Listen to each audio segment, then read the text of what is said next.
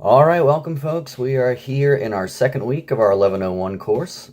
So, for this week, as you know, by the end, your narrative is due. Your narrative essay is your first major assignment submitted in this class. And because we have a relatively short amount of time in which to cover all the ground we need to cover, we only have 8, 9 weeks. These essays are going to start coming at a pace of every other week. So, for example, this week is narrative, and we'll go over expectations shortly.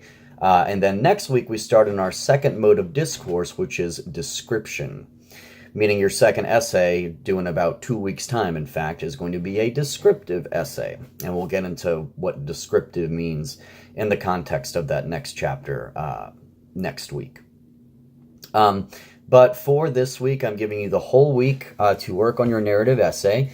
Remember, in our paper format attachment in the course shell, it tells you the length of a paper in this course, 2 to 3 pages. 2 pages minimum. You could go as many as 3 pages if you feel you need to. Well, that's a good point to kind of get into the particulars of the narrative. We kind of talked about it last week in terms of what is the purpose of this essay. What is it meant to communicate? And it's meant to communicate, remember our topic, a particularly meaningful life moment, okay? The reason why we want to focus on that granular of a level of resolution, we're really bringing it down a size here, a moment, is so that you could focus on that one thing and devote all of your energy focusing on that one thing and relating how it was so meaningful. You're constrained within a 2 to 3 page paper. So you can't really take the time to flesh out the details of, let's say, your entire life from birth till now, okay? This isn't meant to be an autobiography in that sense. But the purpose of a story, of a narrative, is to communicate some kind of a human truth, some kind of an experiential truth that we can read or hear or watch. Say we're watching a movie. Movies are stories in visual form. We come away from having read or watched these things with some sense of clarity or some further curiosity about something, about human relationships or the place of the human being in the world, the human condition, whatever it is. You're relating some big global level ideas through stories, okay? So I think the example I gave, it's hypothetical, I just tend to recycle over and over again, is picture the scene. It's me, my sisters, brothers, and mom. I don't have sisters, I have brothers. This is completely made up. We're all eating dinner at the kitchen table one Tuesday night. There's a knock at the door, okay? Mom gets up, hesitates towards the door, is a little trepidatious, a little, in suspense. She doesn't know what to expect. She opens the door. Who was it? Or who is it? It's Dad, who's checked out of the picture for the last, say, 10 years, okay? Kids are about 17, 18 years old, okay? And in comes Dad, all right? That scene, okay? 2 pages can be written on that one interaction, okay? Now, you'll set it up, okay? Stories do necessitate some bit of grounding or foundation. So in a case like that, you might have to explain, well, who is this guy, your dad? How did he and your mom split up, okay? How do you feel towards him now versus back then, okay? And the way you make these things come to life, the scenes come to life, as we know in a compelling story, through use of vivid imagery, okay? So imagery or things that we can grasp by using our 5 senses. So your story is going to be well served if you have sights. The reader, i.e. me, okay, reading your essay is going to see the thing along with you. Maybe you'll describe the colors of the thing, the proportions of the thing or person, okay? Maybe you could use figurative language like simile or metaphor, okay?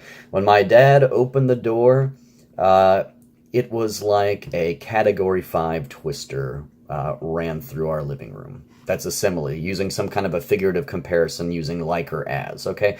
My point being, you could kind of enrich your essay using vivid imagery, sights, sounds, tastes, touches. I inevitably always forget one of those five. Smells, a sense, okay? So it's that old saying, show, don't tell, okay? You're not telling me, your reader, your audience, what happened. You're showing us what happened. How do you show? How do you illustrate? By using vivid sensory details. You'll do this again in the description unit coming up. But we are focused on the story. What is happening? The way events unravel, lead after the preceding events, okay? There should be a structure here. There should be some indication of a passage of time. In the SCC exercises, you guys had to work on some of those methods of using transitions to indicate that we're moving in time from, say, today to tomorrow, or maybe we're flashing back. You could use those little techniques that you learned, and transitions help you do that. You want to interrelate your ideas in your essay, the plot in this case, by using transitional words and phrases to interlock your paragraphs and make the story cohesive, okay? So basically, guys, you're doing what you did, you're using what you did in the exercises during SCC, the SCC exercises, I believe it was exercises 2 and 3 for chapter 3.1, to now craft your narrative, whether it's a story about you, your interaction with somebody, an event that you witnessed, okay? Whatever it is, I usually caution students to not to make something up. You know, sometimes I'm asked, hey, I don't have anything particularly relevant or interesting to relate. Can I just make something up? Okay. First of all, if you do make something up and it is so realistic and has this kind of mask of veracity to it, it's as though it were true and I'm none the wiser, well, then I don't know if you're making it up or not, okay? As far as I'm concerned, all these papers could be made up as long as you make them convincing enough and believable and plausible enough, okay? So if I'm none the wiser reading your paper and it doesn't seem outlandish and like, let's say, overly melodramatic in scale or something like that, I don't have a problem with it. But if you're doing, you know, the adventures of Captain Binky Bear in space, okay, that level of made up, I would caution against doing that, okay? This is not a creative fiction course, okay? So I'd rather you stay away from, say, fan fiction or making up your own kind of Tolkien-esque or George R.R. Martin-esque, Game of Thrones-esque story, okay? So no fantasy, no over-the-top sci-fi, but if it reads true to me and you can't relate an actual event from your life, well, that's your prerogative. As long as when I read it, it seems like a story has the features of a narrative that we've been looking at in the SCC book, okay? So that is my explanation there for the assignment. You guys are welcome to get in touch with me throughout the week if you need further clarification. I will be grading the first week's work, the SCC exercises, and of course entering the no-show. You know, if you contributed inside of the discussion forum, if you did the full assignment, gave a response, and a contribution to another student's response, it's likely that you'll get full credit, 100. If you just gave a single response, top mark I give for that is an 85, okay, which is a mid-B, okay? So there's that, and I'll mark you in the role as no-show or not. Some of you have reached out to me saying, hey, I didn't get a chance to do it, or something along those lines, but hey, I'm not a no-show. I was having internet troubles or computer troubles. I've talked to those students, or that student, whatever the case may be, so that's fine.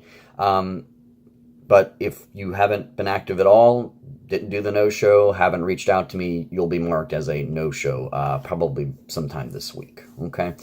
So, guys, your narrative is due by the end of the week, Sunday night, by 11:59 p.m. Have any questions, reach out to me, and I hope you are settling in nice inside of our Blackboard course, and I will check in with you via video again next week. Have a great week, folks. Oh, while I am reminded, the blogs are enabled this week. If you want to contribute to the blog, remember that is your opportunity to earn extra credit on your final essay, the MLA research essay on a argumentative, persuasive topic. Okay, so go ahead and contribute in the blog. You could talk about our first week's assignments. It's meant to be more of a stripped down space, okay? That means, though, that we still maintain civility and good manners and treating each other as adults, all that stuff, okay? But the blog, each time you post, I'll give you a couple points. I think I allow as many as 5-ish, maybe a little more than that, points added to your final essay grade. So it's worth doing, okay? So you could comment on the George Orwell selection or the Bonnie Smith Yackle selection, My Mother Never Worked, and just kind of, it's your space to be honest and candid about the story or stories or whatever we're reading, okay? All right, guys, so that is the end of my PS, and now I will wish you a good second week of our course. See you next time.